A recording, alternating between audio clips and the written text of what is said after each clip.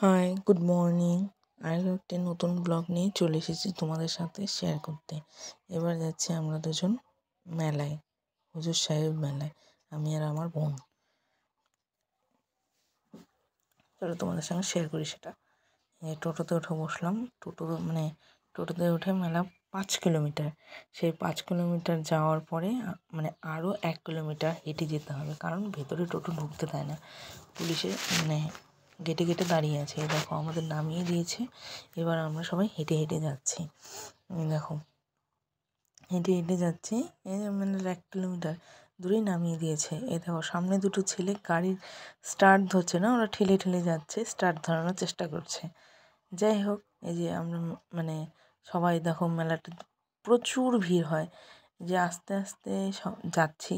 এই যে দেখো মেলার 1 কিলোমিটার আগেই হলো তোমার ভাজা, চানা ভাজা, মিশাল এবং হোটেলও 1 কিলোমিটার আগের থেকে স্টল বসিয়ে দিয়েছে। এবার রেল লাইন পড়ে গেল, মেলাটা যেতে গেলে রেল লাইন পড়ে যায়। এবার রেল লাইনে এই দেখো আমাদের সবচেয়ে মেলার খুব ঐতিহ্যময়ী, সেটা হলো ময়ূরের পালক আর চরকা। এই যে মেলার গেট, হুজুর সাহেব মেলার গেটে আমরা ঢুকছি, প্রবেশ করছি। এই যে এখানে এসে ধূপকাঠি, মোমবাতি, নকুলদানা সবাই নিজের ইচ্ছা প্রকাশ করে যায়। এখানে মেলাটা দেখো এত ফাঁকা, এখানে এত ভিড় হয় মেলাটায়।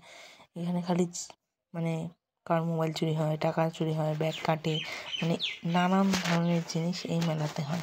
আর কোনো মেলাতে আমি শুনি না, কিন্তু এই মেলাটায় হবেই হবে, এত ভিড় হয়। আমরা এত সকাল সকাল গেছি বলে মেলায় কোনো ভিড় নাই, একদম ফাঁকা।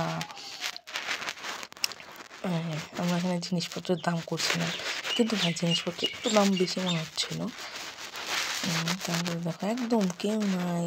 যে একজন লোক এই যে এখানে সেই ক্ল্যাচার দেখছিল, আমার বোন ক্ল্যাচার দেখছিল, ওর পছন্দ হচ্ছিল না, একটা পছন্দ হয়েছে, সেটা নিয়েছে।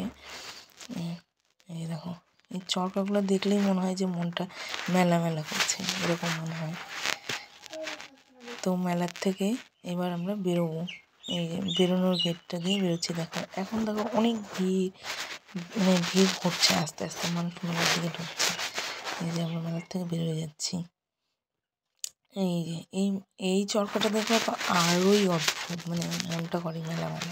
এই দেখো মেলার থেকে কত দূর আমরা চলে এসেছি। এবার আমরা বাড়ির দিকে যাওয়ার চেষ্টা করছি। এবার আমরা মেলা ঘুরতে ঘুরতে এত গরম, তার মধ্যে একটু আইসক্রিম খেয়ে নিলাম, কর্নেটো।